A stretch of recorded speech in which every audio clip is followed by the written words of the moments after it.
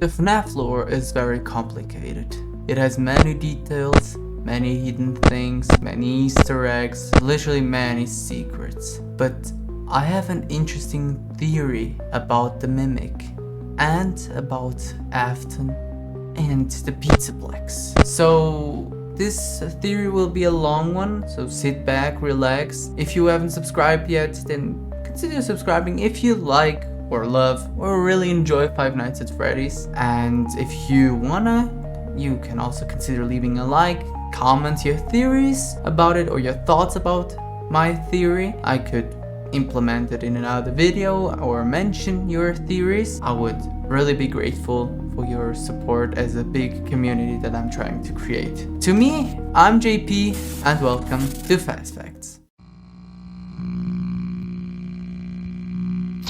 So let's start at the very beginning of this theory.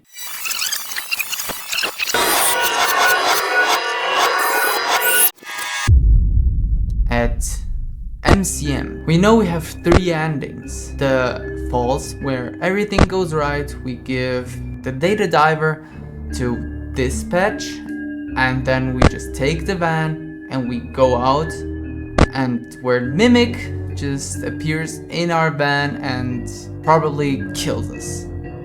Then there's the second ending, where it's supposedly the true ending, where we are at the mansion of Murray, where we have to basically escape the Mimic and we find the Fazbear project and everything, and then at the last we escape the MCM as long as it's burning down everything, and let's say Mimic is again at our van but this time above, and yeah, makes a total mess and an accident there, and then gets our data diver and walks away.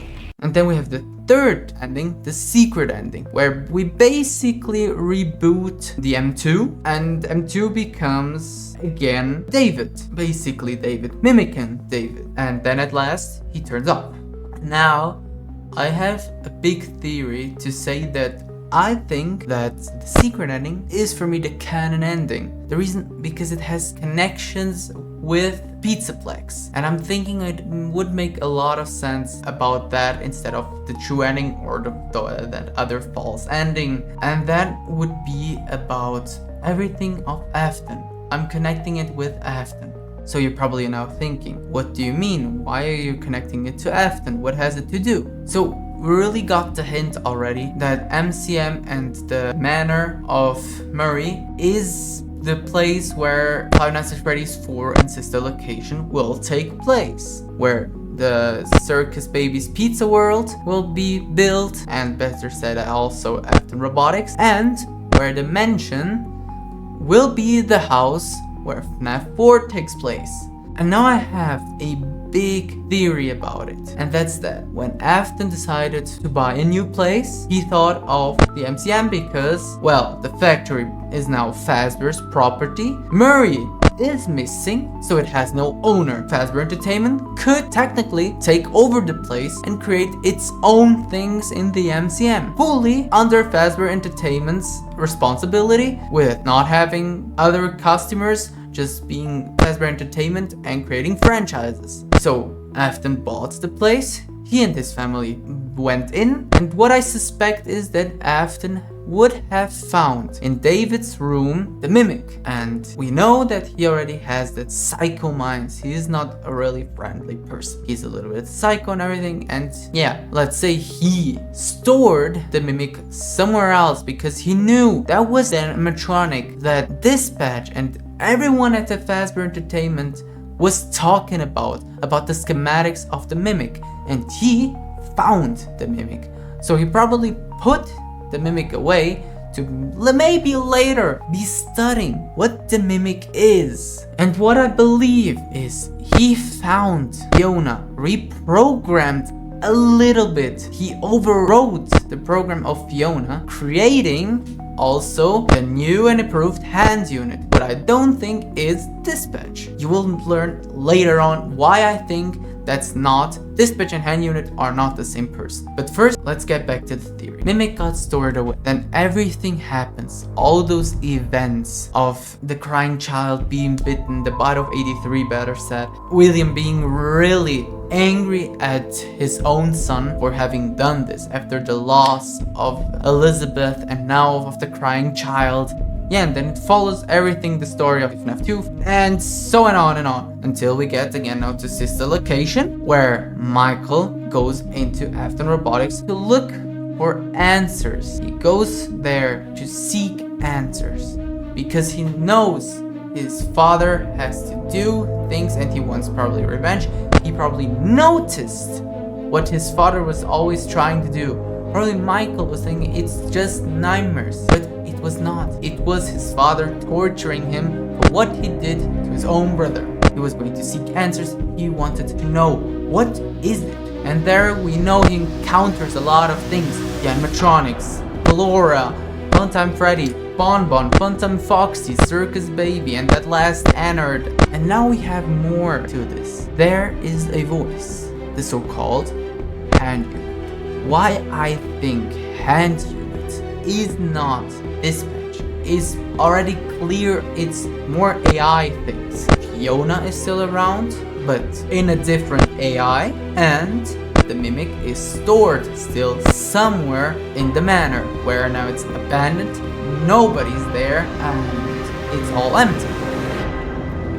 And let's say we can already see hand unit still has that not caring and just misleading wanting to kill program from Fiona, because we know Fiona mimicked Dispatch's voice, and basically Dispatch wanted the schematics, and later on when we do the parachute we hear Dispatch just literally threatening us, better said Fiona was threatening us, and that's basically different but not different at all in sister location. We just need to focus on everything what Tanner Baby explains to us, and what basically hand unit always wanted to kill Michael. It wanted to kill Michael for the reason why it was still mimicking Dispatch's now aggressive thing. And let's say the AI was mixing with the M1 AI and the new AI that Afton created for that machine. And we can notice that the hostile treatment that we get from Dispatch is visible in a few parts. Probably hand unit was trying to hide the fact that Mimic exists, or even the existence of Fiona again. So basically the M1 hand unit was protecting himself from night 2 on, just basically misleading us when it said at the place of Circus Baby. I forgot now the name of that room. I know it's disappointing. I'm very sorry. I hope you can forgive me. And from there on we can hear the electricity doesn't really work. So hand unit says, yeah, I will restore, but I will be offline for a moment and this will happen and that. So everything went off, and there's the first part. We may think, he's restarting. No, he's not. Probably not even rebooting or restarting the systems. He just turned off everything so that the small animatronics could get through to get to us, to kill us. So we hide under the table. Circus Baby starts talking to us, saying hand unit will reactivate. He will say, yeah, he didn't make it. Now you have to restore manually. And later on he will say you have to go through Ballora Gallery and you will have to move fast. But don't do that. Don't move fast. Go slow. Listen to the music. When the music gets louder, then stop. You don't attract Ballora's attention. Be careful, careful. Baby was helping, and hand unit was trying to get us killed. He knew hours already had passed to Ballora be reactivating to its hostile mode and not being dancing on its stage. When you're in the room, instead of being quiet, he even says it as loudly as possible, like, "It seems you are taking a long time. Please proceed as quickly and as quietly as possible." He says it to attract Ballora's attention. Later on, in the third night, there isn't this control shock anymore. The control shock doesn't even happen. Then you go to Funtime Auditorium, where you get provided with the flash beacon, where you have to get through there. You go through, you encounter, and then you have to do parts and service at Funtime Freddy and Bonbon.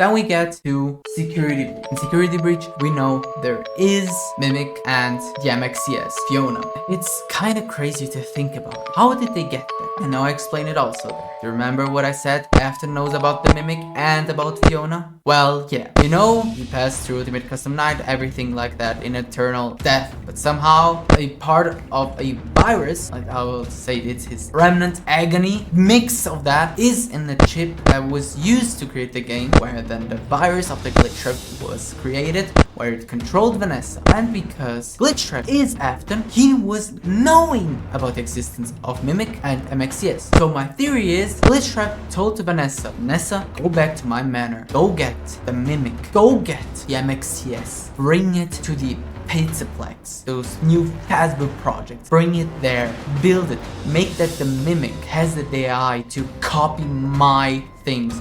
And then when it's ready, when it's good, then put this chip where the remnant, where the agony of William is stored, put it in the Mimic so that he could be the Mimic. So Vanessa did that. She brought the Mimic, she brought MXCS. MXCS was still basically offline because Afton knew what MXCS was a little bit programmed for. He knew about that it was to protect the M2. So that's the reason why he wanted the MXCS also there. So if in case something happens, MXCS would still be there to be trying to communicate with Mimic so that it could get the David character back online. And let's say in Security Breach it did not really end well, because we have now two canon endings, and the canon ending would be the one of Bird Trap and the ending of the Princess Quest where we free Vanessa. And I totally agree, those two endings make sense. It makes sense for the reason that Gregory saved Vanessa, then Help Wanted 2 happens, and Help Wanted 2 in the second ending, we see Vanessa crushing Glitch Trap. And that is the thing to say, I'm free now. And now your chip where your agony, your remnant is, I will crush it. I will crush it, and you will never come back again. Now you can for real go rot in hell forever. And then, because they know Mimic is strong and it's still roaming free somewhere, they decided to create all those nodes. They had the Vanny mask, they created those nodes. MXCS was protecting Vanessa and Gregory because probably, what I think, MXCS knew it's not David anymore and it's not possible to bring David back. It was so much overwritten in the M2 that M2 is now fixed with this aggressive Murray and Afton character. And then we get to see Cassie, who gets in the Pizzaplex because M2 was mimicking Gregory's voice and was slowly deactivating those nodes, where MXCS was trying basically to say, go, don't, just don't. That's the reason why MXCS is throwing all of the characters on her. The thing is, there are no speakers to MXCS be connecting with. There are a lot of speakers, yes, but MXCS could just not connect to them to talk to her, to say it's a trap. But now with M2 free, now we wonder what will happen, what will continue, and was this for real? If it confirms, what I really hope so, because this theory is crazy to me.